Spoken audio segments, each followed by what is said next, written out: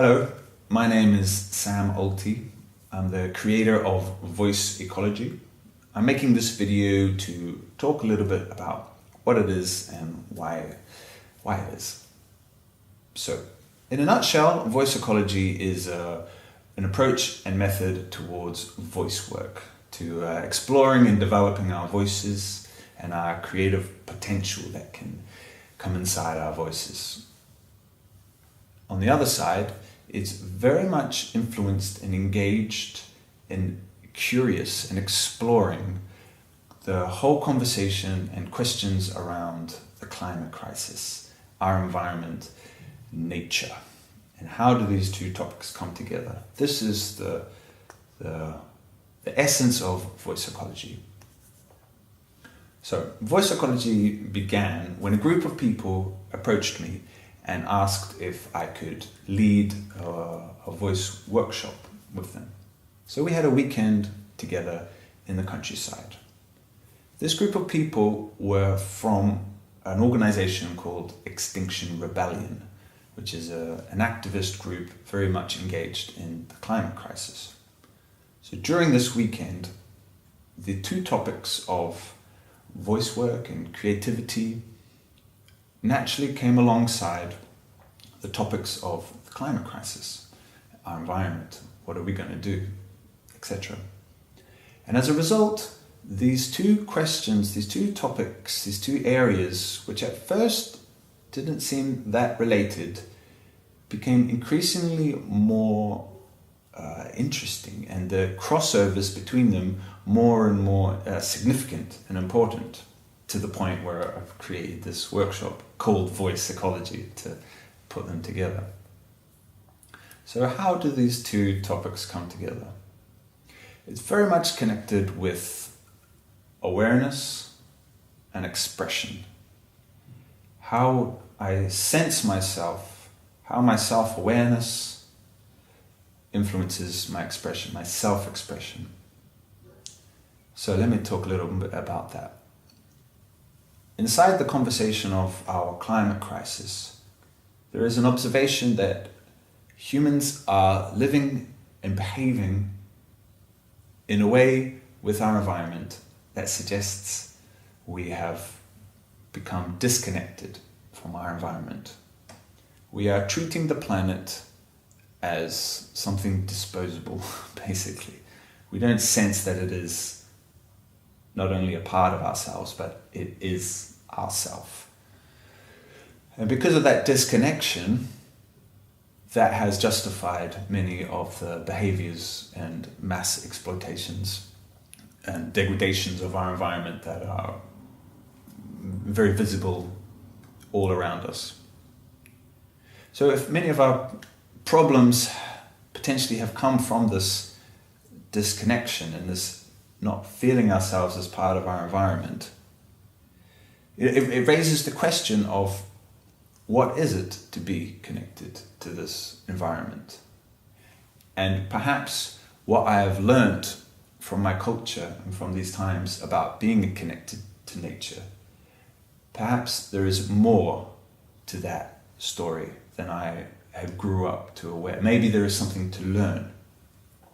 So with that question, that curiosity about what is it to be connected to nature, to take a moment to de-objectify nature. Nature is this nice, pretty thing that we have a postcard of, forests and with deer, that's nature. To de-objectify it, to come with fresh mind, fresh eyes, a fresh heart, fresh curiosity to what is nature. It opens up new parameters and possibilities to explore not only what is nature, but who am I? Because it's very evident that we are part of nature at a very deep, essential level. And when I allow myself, and when people allow themselves to really experientially, not just intellectually, but at a deeply felt level, that we are nature, that we are this planet, that expanded self-awareness naturally has an influence on our self-expression, because they are absolutely related.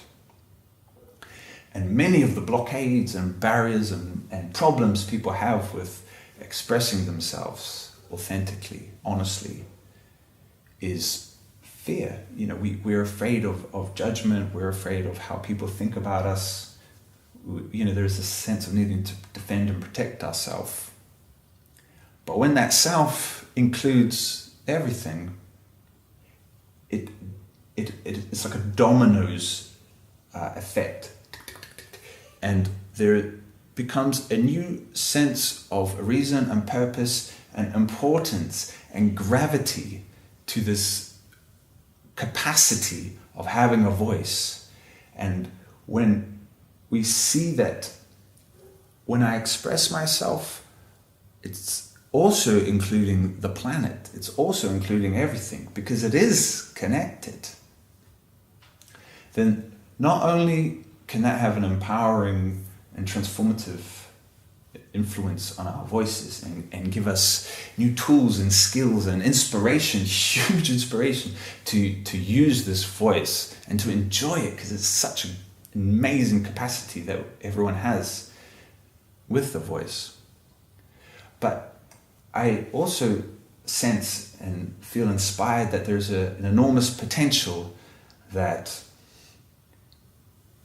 this voice that is given permission to include the planet and to include everything is a voice that really needs to be heard.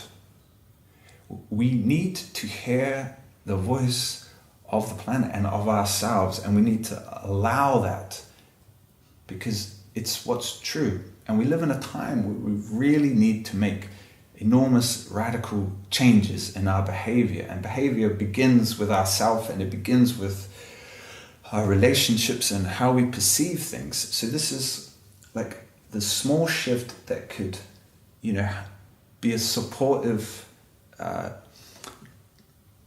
cascading effect on things like how we behave, how we treat each other, how we treat the planet, how we treat ourselves, how we make those decisions, because the planet is not just a comfortable planet that we're living on. It is who we are.